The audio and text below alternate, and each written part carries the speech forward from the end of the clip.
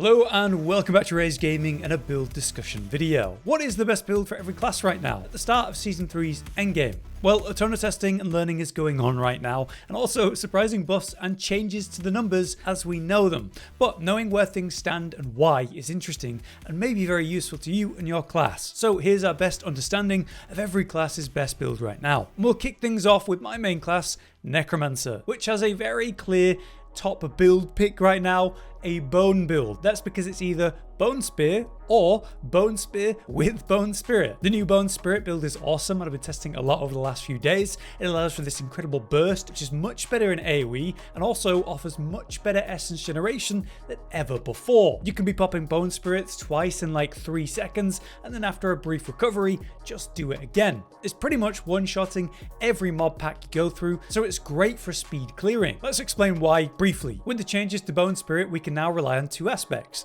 There is the Shattered Spirit aspect, which causes Bone Spirit to burst outwards in these many splinters, dealing up to 400% times damage on top of generating 6 essence per enemy hit, which also addresses the awkwardly small AoE radius of the Bone Spirit itself, making it better for that clear. So now combined with, say, the other aspect, Swelling Curse, which helps Bone Spirit consistently crit, sure, that's important, but also raise the max essence for 15 seconds based on the amount of enemies hit. So it's crushing those mob packs with these details in mind, and it even had a slight damage buff outside of all of that. You don't lose that much to run it, you're still going to be running Bone Spear and just rely on that outside of Spirit Bombs you're doing. We tackle the insane essence cost via Bone Spirit generating it on itself, and of course the classic Exposed Flesh aspect and the new Bone Prism details. Bone Prism is providing 25 essence plus an extra 5 per every enemy trap within, so that could be a full bar of essence instantly during mob clear. But also in Season 3, it's providing 25 plus essence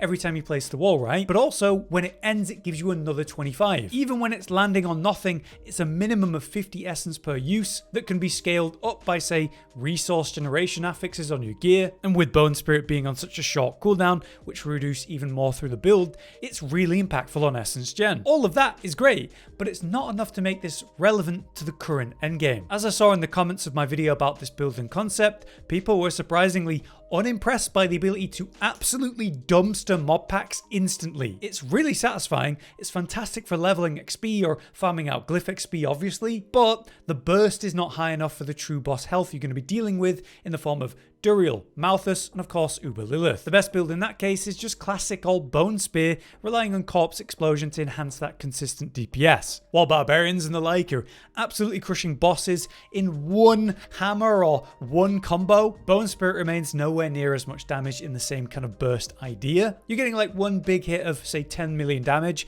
in one press if you maximize everything that you can. Meanwhile, other classes are dealing double that in hundreds of ticks at once, or bigger numbers in one hit. So classic Bone Spear and its consistently high DPS simply outperforms Bone Spirit builds for bosses specifically, and that's kind of our current endgame. Farming Duriel for Ubers, farming Malthus for unique stones. If that's what you're doing most of the time, well then Bone Spear, true Bone Spear, is still going to be the best choice. And that's where Necromancer kind of stands. It's kind of unfortunate for the state of the class right now. It's not necessarily weak on its own, but compared to the other classes, I feel it's falling behind. Let's move on to a class that is not falling behind, Barbarian. The overall best build for Barbarian right now actually seems to be a mix of the Hammer of the Ancients and the Whirlwind combo. It was popularized late last season when the Abattoir demanded insane DPS, both in single target and AoE, and this build only became better with the new inclusion of the now awesome Charge. Charge is brilliant because it sneaks its way into a lot of Barbarian builds almost universally as a brilliant utility option. Charge itself is super good for, say, vault clearing, the movement speed and AoE burst it provides, a source of unstoppable. In this case, the build still wants at least one shout of course to help manage cooldowns through the changed version of the Martial Paragon glyph. Previously that would reduce other shout cooldowns, so you'd have to run them all. Now it reduces non-shout cooldowns by 4 seconds when you use a shout, so it's a rebalancing of how it's played. In this build's case, you're running through the dungeons using Whirlwind in a different way. You kind of tap Whirlwind instead of, say, holding and channeling it for a longer time, dealing a nice burst of damage, but more importantly, generating a ton of fury instantly. This then allows for, say, a follow-up hefty hammer slam as the main source of damage. And then you've got charge ready for whenever you need the movement, and burst of fury after that. With the combo of unrelenting fury aspect, meaning 30% of your fury is refunded on a core skill when killing an enemy or hitting a boss. And then weapon master, Paragon legendary node, meaning you get max fury percent whenever you switch weapons. So through that combo, you're able to whirlwind on your dual wield setup, hammer with the hammer, and then charge on, say, like a two-handed slashing weapon. It means you're regularly rotating weapons instead of sticking to one, gaining tons of fury through that, even doing that in single target. It breeds a very cool playstyle, incorporating the 3 main damage abilities, all while still shouting. It obviously works under Tibalt's will, which is still nuts. Charge is giving you that consistent source of unstoppable, and also you're generating 50 fury regularly because of that. It all lines up super well with the buff itself to almost always be effectively active. Cotton also told me about this weird Wrath of the Berserker snapshotting that's going on. It's an ultimate that provides an enhanced version of berserking, so you get this extra strong version of it for about 10 seconds.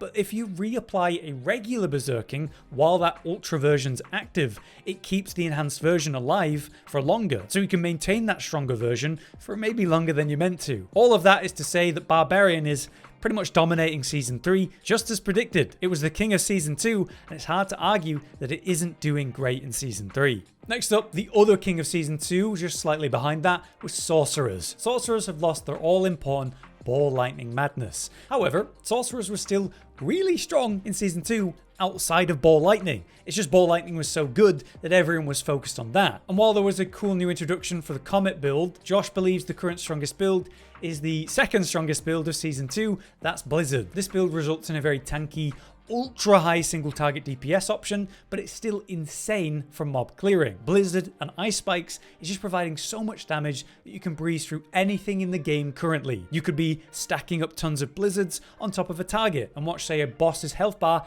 just melt. Maybe you're smashing some spikes and dropping a blizzard on a pack of enemies just to keep moving on, while that pack of enemies just dies like that. You know, at this point, one blizzard will kill any group of enemies, even in the highest tiers. And outside of that silly damage, you're also going to be hard CCing everything, because it's going to be chilled or frozen and slowed. Anything that does try to hit you is mitigated so well by your constant barriers, which are super effective at stopping damage before it can even do anything, letting you, if you want to, face tank everything in the game right now. It's truly brain off gameplay. Mana is something you can manage through the different options you have, as we'll explain, and Josh isn't even using Blue Rose in this build with that in mind. That's because X-Files provides more damage, more DPS overall. Blizzard is technically damage over time, X-Files is working with that, and it's also scaling off the fire damage stuff, which means your key passive of Esu's Ferocity is working really well there too. If you do need bursts of mana, you have different options like Teleport on the spot, triggering Tibalt's Will, which also provides that 40% times increased damage. Or you've got Flame Shield for the same effect when needed. Or Deep Freeze, which is also going to give you a burst of mana. So this is 3 main sources of mana to pop in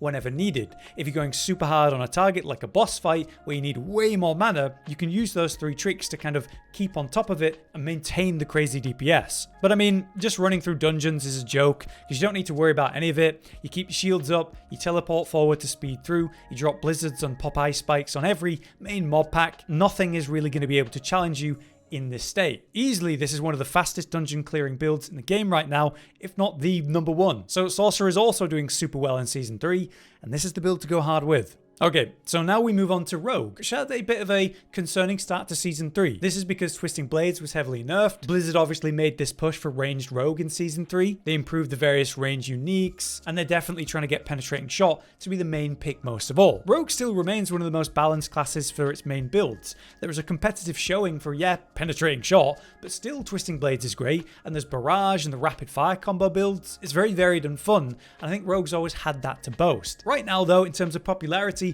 one build is standing out, and that's Penetrating Shot. With the Season 3 patch, Penetrating Shot's enhanced version was changed to have a straight 10% increase to crit strike chance, with another 10% if you hit at least 3 enemies. And then there was improved Penetrating Shot that now deals an extra 10% times damage per enemy that it hits, ultra enhancing its AoE potential, usually comboed with, say, Shadow Imbuement. They added a new unique, the Beastfall Boots, which lets you pool up your energy and spend it all at once to stack up the damage of one core ability. That could be Penetrating Shot, or rapid fire, as we're going to talk about. On top of that, there were changes to the precision passive and concussive and the paragon. So with some light setup, you can burst pretty much any mob pack with penetrating shots. But the most common build we're thinking about right now is the one that mixes two cores. Penetrating shot, yes, but also rapid fire. Comparable to, say, the flurry rapid fire combo, it does a similar thing there. Penetrating shot with shadow imbue to blow up everything, while you have rapid fire for much more consistent DPS for, say, boss or tough elite killing if needed. The penetrating shot build then is doing work in mob clear and standing out as that top pick for rogues while the details are still being tested. And all of that is to say nothing of the ridiculous one-shot build that's making rounds right now.